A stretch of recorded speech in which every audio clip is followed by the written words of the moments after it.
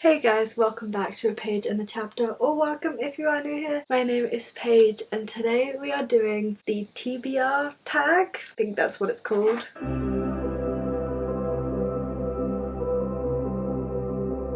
I will put on the screen and link down below the original creator if I can find them. It didn't cross my mind to do it before I filmed, but I will make sure that it is done when this video is uploaded. And this just seems like a really fun tag about your TBR and about your reading habits and about how you process your TBR and put together a TBR, and it just seems really fun, and we haven't done a tag in a while. So if you guys like seeing TBRs, wrap-ups and book tags and all those classic like booktube content, I have a whole playlist called Classic Booktube that you guys can go and binge watch if you are interested, and I make sure to do all three of those things at least once a month and sometimes more, so feel free to hit that big red subscribe button down below if you want to stay tuned for that content and make sure that you are still seeing it. You guys can also check me out on Instagram and Twitter at Page in Chapter for more behind the scenes looks at what I'm reading, how I'm rating them, as I'm reading them type of thing, so you don't have to wait the entire month to see how I rated a book. And this tag actually has quite a few questions on it, so I think with all the important stuff out of the way, we'll just get straight into the tag, otherwise this video is going to be so long.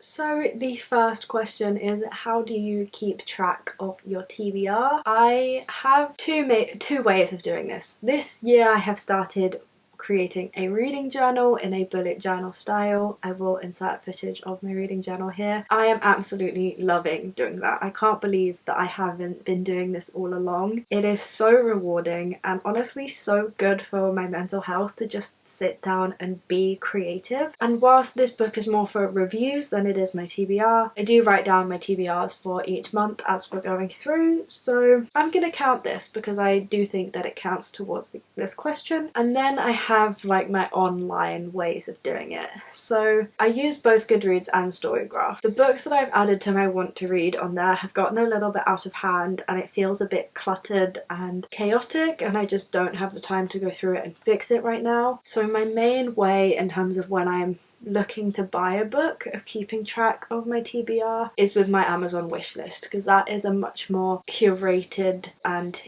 easily updated list of books that I genuinely want to read. So I do use both Goodreads and Storygraph, but I find my Amazon wishlist to be easier to navigate. The next question is a nice short easy one. It is your TBR mostly print or ebooks? I'll give you a guess. It is mostly print books. I don't really read ebooks, and if I am reading an ebook then it is either an arc that I kind of need to get done in a short time span, or it's a book that I have like decided in the moment that that is the only thing I want to read, so I've bought it on my Kindle and thus I read it straight away. So I don't usually have ebooks sat on my Kindle for long periods of time without me reading them. It is 99% print books. How do you decide which book from your TBR to read next? So I am a mood reader and I actually really struggled with how I was going to incorporate TBRs into this channel as a mood reader, and what I found has really worked for me is just putting together a list of books that I think I might be in the mood for. Typically, and because I'm quite lucky, my moods can last quite a while. There have been times when my mood has switched like that. I mean, my October Magical Hopathon TBR, I'm looking at you. But for the most part, I can quite easily predict the line of thinking that my moods will take. So then I'll just put together like a list of options as my TBR,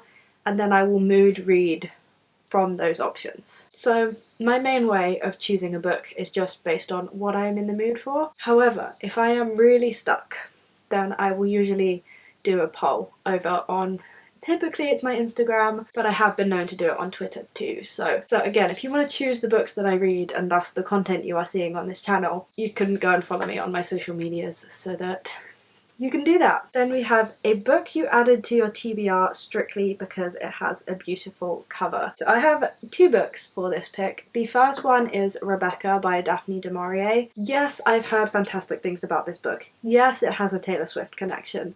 Yes, it has a lot of things about it that should have been the reason that I picked it up, but I picked it up just because I think the cover is stunning. I believe it's about our main character and she marries an older man and then is constantly living in the shadow of his first wife, Rebecca. I think it's something along those lines. Really do want to read it. I just haven't gone around to it yet. but this was definitely added to my TBR because of the cover. I'm pretty sure the prompt that I chose this book for the Magical Hopathon was a book with a pretty cover or something like that, so that was a cover buy. And then the second book that was pretty much entirely a cover buy was Furyborn by Claire Legrand. Don't get me wrong, I do really want to read this book. It is about two female protagonists and they live very similar lives, except they live them thousands of years apart, and it is about them discovering things about their own lives and each other, and the parallels that they experience in their lives actually have the power to decide the fate of the universe. Honestly, it's a little confusing. I don't fully understand it myself, and I think if I had read the blurb without seeing the cover, I may have given this book a miss. But it is just so beautiful and it looks so much like a type of fantasy series that I want on my shelves and that I want to have said that I read. And not only is this book beautiful, but like it feels nice too. Like it's not a normal cover material. It's really like soft and like slightly rubbery. It's amazing to hold. This was also a bit of a cover buy because whilst I am now very interested in the story alone wouldn't have been enough. It was the cover that really sold me on this book. Then we have a book on your TBR that you never actually plan on reading. Now this is also a book that's been on my TBR the longest, and that is These Rebel Waves. I purchased this book because, as you might be able to tell by the cover, it's a pirate story. We follow three different perspectives. One is a soldier, one is a pirate, and one is a heretic, I believe. And it's about them trying to save the kingdom that they are from, even though they're from very, very different backgrounds and have very, very different beliefs. And really all it took was the word pirate for me to pick this book up. I have a bit of an obsession with Pirates of the Caribbean. If I could have any job in the world, it would be to be a pirate. But I want to be a Disney pirate, not like a modern day pirate. Yeah, as soon as I saw pirate, it was a bit of an insta buy.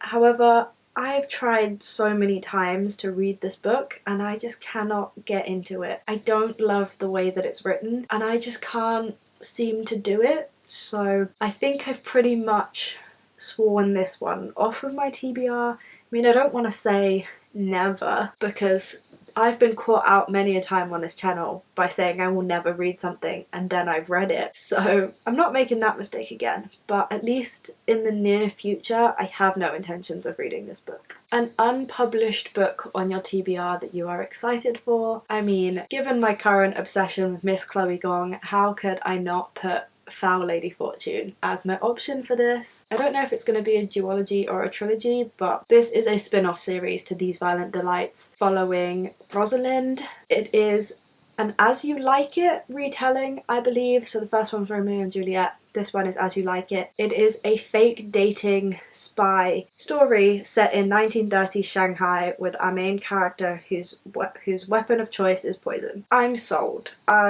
I will be pre-ordering this book. I do want a first edition. I want any kind of signed / pretty edition that her publisher decides to try and sell to me. I'll buy it all. I am so excited about this book. I love the way she writes. I love the historical elements, and I find her books really inspiring in terms of making me want to write, and who doesn't love a book that can do that to you? So this is like my most anticipated read of the year. I'm so excited about it, and I mean, bring on like September, I think, is when it's released. A book on your TBR that everyone has read but you. I have The Burning God by R.F. Kuang, which is the third book in the Poppy War trilogy. I'm currently reading the second book, so like we're getting there. But I put these books off for really, really long periods of time.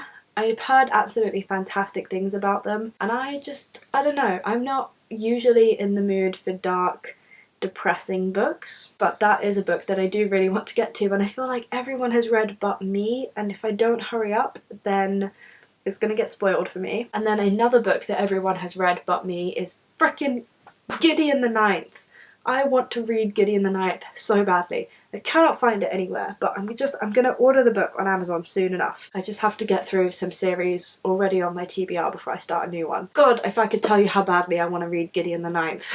Then have a book on your TBR that everyone recommends. Under the Whispering Door by TJ Klune. I've picked this as an option just because I want to talk about TJ Klune in general. Everyone loves his writing so much, and everyone always recommends TJ Klune, and I I want to get on that hype train, so I've picked up his most recent release and I want to know what the hype is about, but I haven't gotten around to it yet. But I've heard such incredible things about TJ Klune as a writer and I am so here for it. Then we have a book on your TBR that you are dying to read. Foul Lady Fortune. A lot of the books that I've pre-ordered really. I mean, we have Crescent City book 2, which should be arriving shortly. Oh yeah, we've got the Merciless ones, which is book 2 to the Gilded ones. There are so many books that I've pre-ordered that I am so excited to get to, but it's genuinely making it hard for me to pick books to read now because I'm just living in like future releases. And then we also have the rest of the Shades of Magic trilogy by B.E. Schwab. I was absolutely obsessed with the first book, so like why it's taking me so long to get into the second book, I don't know. This series follows a universe where there are parallel realities of London and there's different degrees of magic in each different London and they all have very different characteristics. And our main character Kel is one of a very rare group of people who can travel between the different versions of London, and in doing so he accidentally brings back a relic from Black London that gets him in all kinds of trouble. Highly anticipating getting into this book. It was on my 5-star predictions. Like, I am just here for this book. I don't know why I haven't gotten to it yet though. And then the final question is how many books are on your TBR? And I really did try to begin to count them up, but I don't know. I would need to have a discussion with someone about what counts as a TBR. Do things on my wish list count as my TBR?